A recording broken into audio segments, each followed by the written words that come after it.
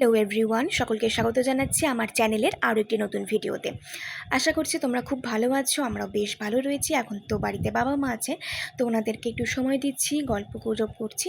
Video আর সেইভাবে post করা হচ্ছে না।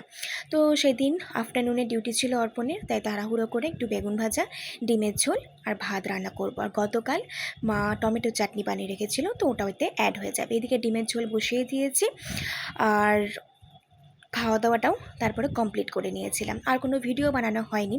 ওই যে বললাম, সবসময় ভিডিও, সবসময় একই নিয়মের মধ্যে নিজেদেরকে বন্দি করতে আর ভালো লাগে না। তাই বাবা মাদেরকে একটু সময় দিচ্ছিলাম, দুদিন পরে তো ওনারাও চলে যাবেন।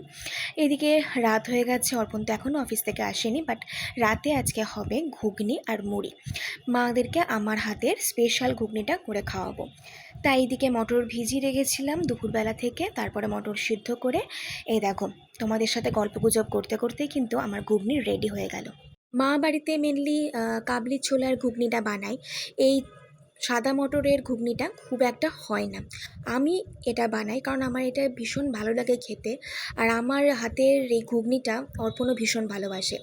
এর যে স্মেলটা, ছোটোবেলায় স্কুলে যে ঘুগনি বিক্রি হতো, ঠিক সেরকম একটা স্মেল। আর পুরোপুরি ওরকম টেস্ট না আসলেও কিছুটা আনার চেষ্টা করি। তাই ছোটোবেলায় ওইভাবে ফিরিয়ে না নিয়ে যেতে পারলেও অন্তত ছোটোবেলার একটু স্বাদ তো দিতেই পারি সকলকে। তার জন্যই ঠিক করলাম যে এই ঝড় বৃষ্টির রাতে ঠান্ডা ঠান্ডা পরিবেশে এরকম একটা ঘুগনি আর মুড়ি খাওয়া হবে। এদিকে এদিকে তো রাত হয়ে গেছে, বাইরে বৃষ্টিটা কমেছে, তবে খুব ঠান্ডা ওয়েদার। আমি ভিডিও বানাচ্ছি, বাবা চুপচাপ শুয়ে আছে, আর ওইদিকে মা আমাদের টুম্পা কাকিমাদের সাথে একটু গল্প করছে।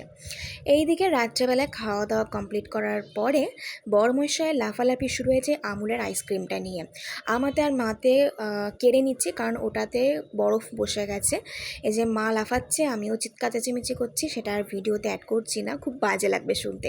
তো এই খুনসুটি করতে করতে আমাদের এই দিনটা শেষ হয়ে গেল। দেখা হচ্ছে নেক্সট ব্লগে। ভালো থেকো, প্লিজ সাবস্ক্রাইব।